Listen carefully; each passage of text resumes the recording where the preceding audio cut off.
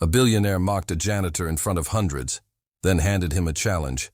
"If you can play this piano, I'll marry you off myself." Laughter filled the ballroom, until the janitor sat down and began to play.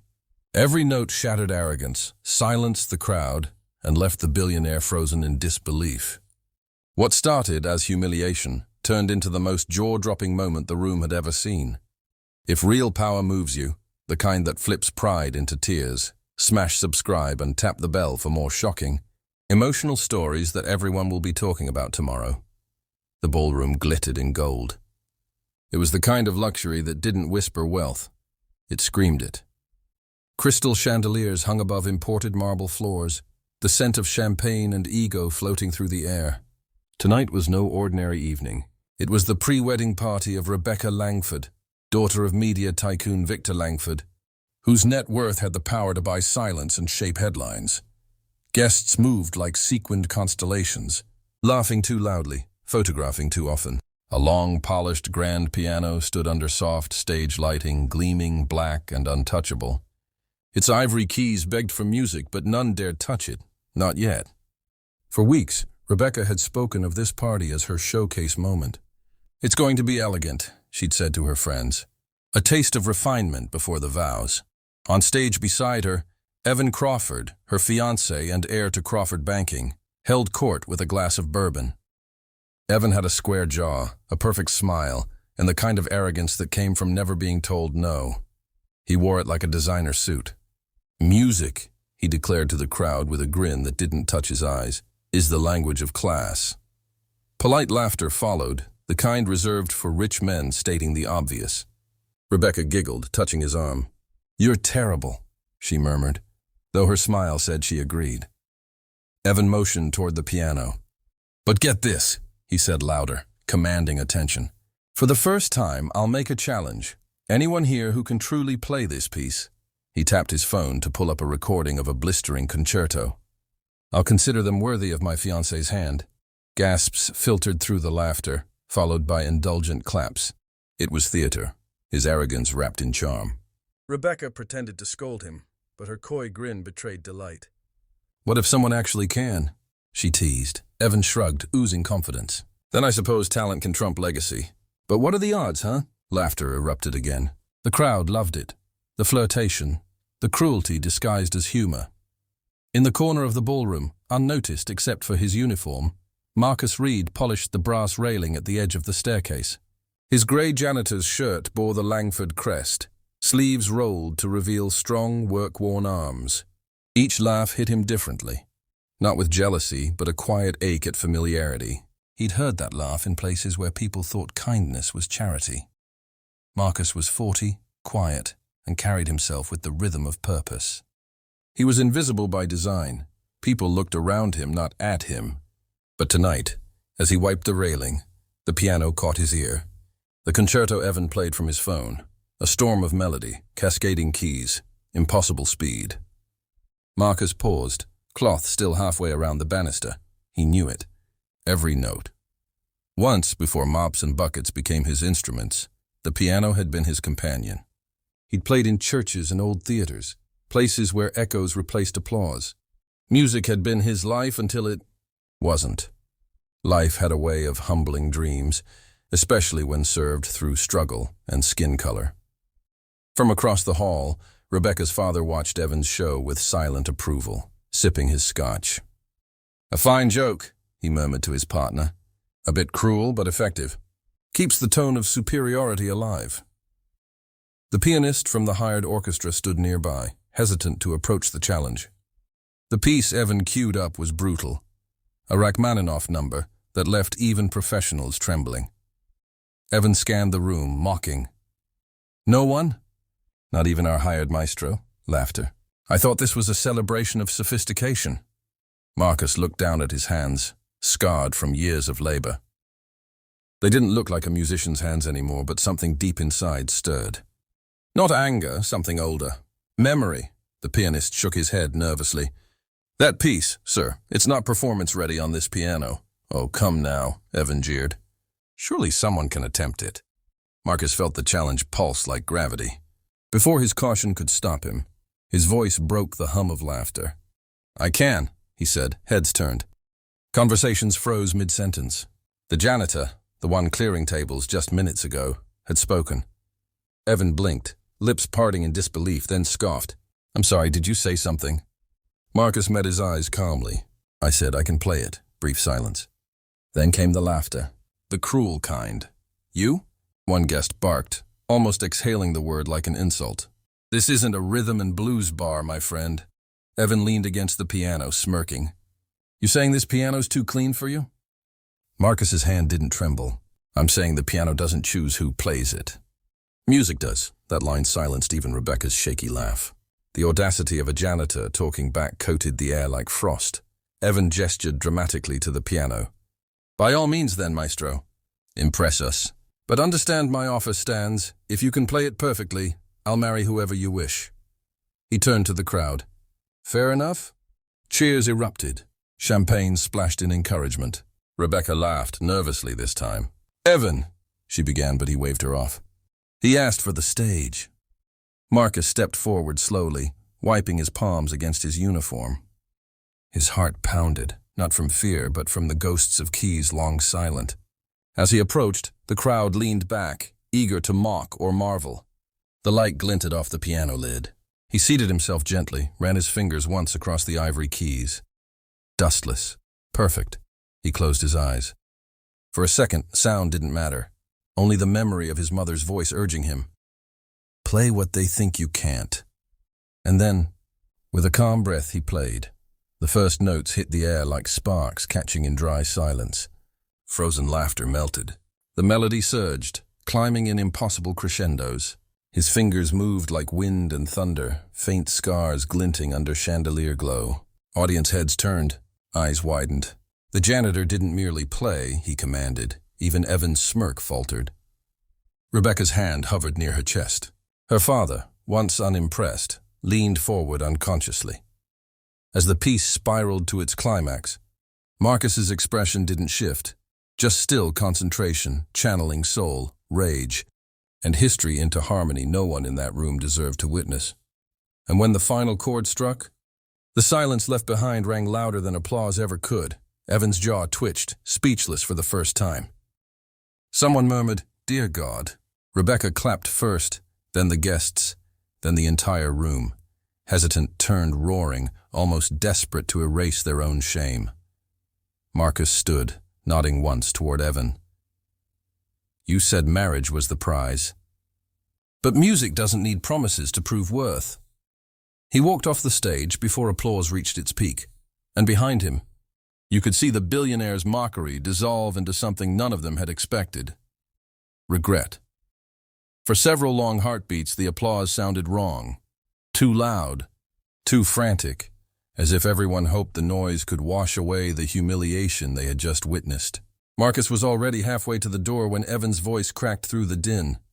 Wait. The crowd hushed. The word carried no command. It was almost a plea. Evan still stood beside the piano, jaw stiff, eyes wide with the shock of defeat.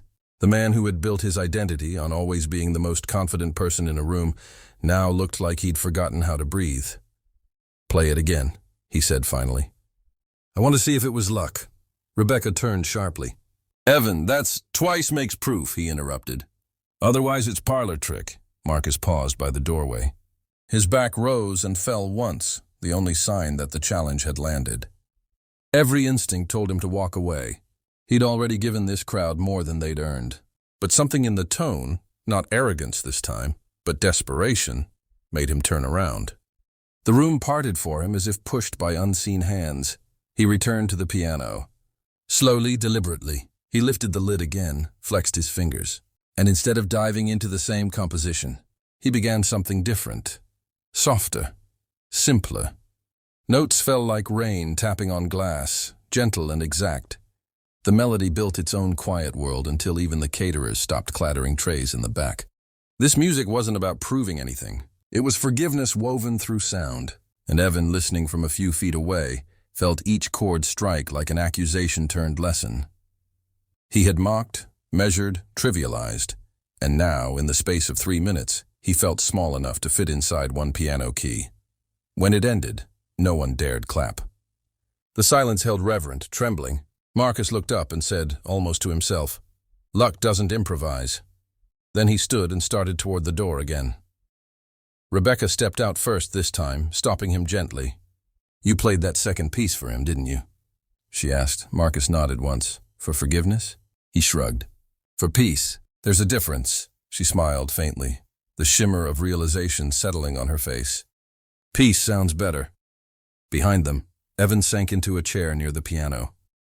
The grand instrument that once symbolized his superiority now loomed like a confessional. Rebecca turned toward him, her voice calm but cutting. "You made art into a bet, Evan. You turned beauty into a dare. And you lost twice, the game and yourself." He looked up at her, eyes raw. "Are you leaving me?" She hesitated only long enough to find the right truth. "I'm releasing both of us." Her steps followed Marcus into the foyer where the slow murmur of city night replaced ballroom chatter. The janitor's cart still waited by the service door, bucket half filled, mop leaning. He reached for it automatically, the instinct of duty reasserting itself. "You're just going back to work?" she asked incredulously. "After that? What else would I do?" She laughed softly. "Music like that isn't background noise. It changes people. It just changed me." Marcus wiped his hands on a towel and finally met her gaze. "Then let it change what you do next." "For me, this is enough." The service elevator dinged open. He stepped inside, giving her a nod that felt like farewell. The doors slid shut before she could think of any words that matched the size of the moment. Upstairs, the gala broke apart. Guests fled the tension disguised as elegance. Some pretended to have loved the performance from the start. Others swore they hadn't laughed earlier. But Victor Langford, Rebecca's father, remained seated near the bar, his eyes locked on the stage. His hand trembled slightly around his glass. He had seen men with power undone before, but not by music, not like this. He gestured toward an aide. "Find that janitor's file, full name, where he lives, where he worked before here. Tonight." Hours later, Marcus walked the city blocks toward his apartment, the city air tasting of rain and exhaust. He carried no pride, only relief that the storm was behind him. When he reached his building, a peeling brownstone with cracked steps, an unfamiliar black town car waited at the curb. A driver stepped out. "Mr. Reed?" Marcus tensed. "Yes, you're requested for a meeting, sir." "Now?" "Immediately." He almost refused but saw the emblem on the car door, the Langford crest stamped in silver. 10 minutes later, he stood once again within reach of marble floors in Victor Langford's private study. Victor poured 2 glasses of bourbon, motioning him closer. "You threw a grenade into my party," he said evenly. Marcus held his ground. "That wasn't my intent, sir." Victor chuckled dryly. "Intent rarely matters to men like me. But tonight, you reminded me that worth doesn't need permission. My daughter's fiancé humiliated himself, and rightly so. I owe you something, Mr. Reed. What do you want?" Marcus hesitated. "Nothing owed, sir. Everyone wants something." He considered, then answered softly. "A grand piano that's seen better days. Maybe space to teach again." Victor blinked, then smiled. Not the cold smile from earlier, but genuine understanding. "Then you'll have both. Consider it an investment in peace instead of profit." Marcus inclined his head. For him, that was thanks enough. Outside, rain began to fall lightly across the city, muffling traffic to silence. Upstairs in the Langford penthouse, Rebecca ended her engagement, while Evan signed a quiet resignation from arrogance he'd carry for a lifetime. Somewhere in a modest community hall a month later, the faint sound of piano rose again under Marcus's hands, notes steady, patient, filled with dignity that no stage could buy. At first, the stories spread through whispers. A janitor teaching piano in a basement room of a community center near Fulton Avenue. A man who played with the intensity of an orchestra yet never charged a cent. Children who had never touched an instrument began to arrive with shy eyes and restless hands. Marcus greeted each one with the same words. "Every key's a door. Find the note that feels like home." He used worn sheet music repaired with tape, borrowed every stool the center owned, and worked overtime cleaning offices just to pay for new strings. Still, by the 3rd week, that basement pulsed with music. The kids called the place the room that hums. One evening, Marcus locked up and found a figure waiting by the gate. Rebecca stood beneath the buzzing streetlight, raincoat glistening lightly from drizzle. Her presence startled him.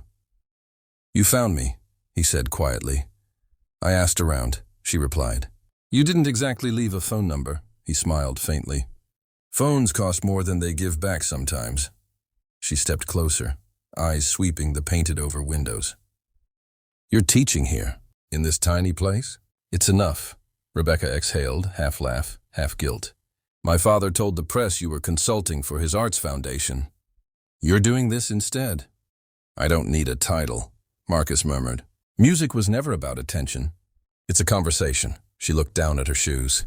"Evan keeps calling wanting to apologize. I think he realized your performance took the crowd because it was honest." "Forgiveness runs at its own tempo," Marcus said. "He'll learn in silence before he learns an apology." A gust of rain carried the sound of children's laughter echoing from the next block. Rebecca folded her arms. "I wanted to thank you again, but it feels small now. You didn't just humble him, you gave my father perspective. He's planning to fund scholarships through your program." Marcus's head lifted. "He hasn't told me that. He will. Money's the only language he knows for gratitude. Yours is different." She hesitated, then smiled. "When you played that night, I thought you were fighting him. Now I think you were freeing all of us." Marcus shook his head lightly. "No, I was freeing myself." The quiet between them softened. It was the kind that didn't demand words. Finally, Rebecca asked if she could hear him play once more. Marcus unlocked the door, flicked on the lights, and led her to the old piano. Its paint was chipped, a faint buzz trembling through one key, but it still sounded like truth when he touched it.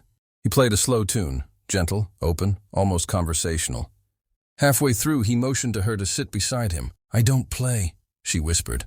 "Tonight, you do," he insisted. "Find a note. Any note." She pressed a single key, surprised by the depth of sound from so small a gesture. He built chords around it until her one note became part of a harmony. Tears welled in her eyes. "That's what power feels like," he said softly. "Not louder than others, connected to them." For a second, Rebecca saw the man completely, scarred by work, bent by history, yet illuminated from within by something money could never counterfeit. Over the next months, videos surfaced of the children's recitals held in that basement. View counts rose from dozens to millions. People watched grainy clips of small fingers stumbling through scales as Marcus encouraged every mistake like a blessing. Hashtags bloomed or basement symphony. Play what they can't. Reporters dug out the Langford wedding footage again, comparing the arrogance of that night with the humility of this one. Forbes ran a segment titled, "The Janitor Who Taught Wall Street to Listen." Victor Langford diverted a substantial fund to the new Reed School of Music, publicly naming Marcus as director. He declined interviews. When cameras came, he sent the children forward instead. "Let them talk," he told Rebecca one afternoon as she helped set up folding chairs. "The world listens better to voices it doesn't expect." Meanwhile, Evan appeared in the doorway one evening, unannounced, a shadow of the man he once was. He carried a folder of sheet music. "I thought maybe you could teach me too," he said quietly. Marcus studied him for a long time. "Why?" "Because silence is louder than it used to be," Evan answered. Marcus gestured to the bench. Evan sat. His hands trembled as he pressed the keys, but Marcus guided him patiently through the first measure. Behind them, children peeked from chairs, recognizing the man who had once mocked their teacher. By the time he finished a simple scale, they clapped. Evan looked at them, startled by applause without irony. A small smile appeared. Rebecca watched from the hall, realizing humility could rebuild what arrogance had destroyed. Weeks bled into seasons. The basement walls filled with handwritten notes from students. "Thank you for making us brave." "We found our song." On Fridays, Marcus would stay late after lessons, sitting alone on the bench, letting phrases drift until they disappeared into the hum of passing trains above. Sometimes Rebecca would visit, leaving food, conversation, silence, whatever the night required. One evening, near closing, she asked, "Do you ever wish you'd taken my father's offer?" "A stage, a spotlight, $1 million grant," Marcus smiled. "Every spotlight blinds as much as it reveals. This light," He tapped the flickering bulb above them. "Shows enough to see the faces that listen. That's all I'm after now." Outside, the rain that had begun the story seemed to return purely for rhythm. He played quietly while she leaned against the doorway, eyes closed, letting the notes write something words couldn't. By winter, the city considered him a legend hidden in plain sight. People still whispered about the night a billionaire was humbled. But to Marcus, it was distant thunder. He was already composing something gentler, a piece he named Forgiven Hands. It was never published, but those who heard it said you could feel the difference between pride and peace stitched through every measure. Spring returned quietly. The community hall's cracked windows filled with light that made the dust look like music itself. Marcus sat at the old piano, listening as the floor above creaked under new footsteps. A dance class had started renting the upstairs room. The thud of shoes kept time with his chords. He liked it. Life keeping rhythm with what he played. Rebecca arrived one afternoon carrying a newspaper folded under her arm. "You've seen this?" she asked, settling beside him. The front page headline read, "From Janitor to Maestro, the man who taught a city to listen." He gave a small laugh. "At least they spelled my name right." "They're planning to dedicate a music park in your name," she said. "Dad's funding it." Marcus kept playing softly. "Tell him to fund pianos instead. Parks need laughter more than statues." Rebecca smiled. "He already did. 50 of them, all across the city, painted bright colors. Anyone can play." "I like that," Marcus murmured. "Pianos that don't belong to anyone. Just waiting." She placed a hand on the worn edge of the instrument. "You know what's funny? Everything started because Evan thought music could prove who was worthy of me. Turns out music proved who was worthy of himself." Marcus paused, fingers hovering. "He comes by sometimes, plays simple pieces. He listens better now." Rebecca nodded. "He sent me a letter. Apology, mostly gratitude. He said you taught him that silence isn't shame, it's space for change." Marcus returned to the keyboard, letting new notes climb delicately. "Then maybe I did my job." For a long moment, they sat in companionable quiet, sunlight sliding farther across the floor until it warmed their shoes. Rebecca watched his hands move, steady, patient, sure. "You ever wonder if you're the miracle people keep talking about?" she asked. He shook his head. "Miracles just remind people they still have hearts. Music does the same. I just play." Later, as children poured in for lessons, Rebecca stepped outside. Across the street, she could hear the laughter of strangers fooling with one of the new park pianos. Chords half wrong, rhythm clumsy, but joyful. The sound carried like a promise.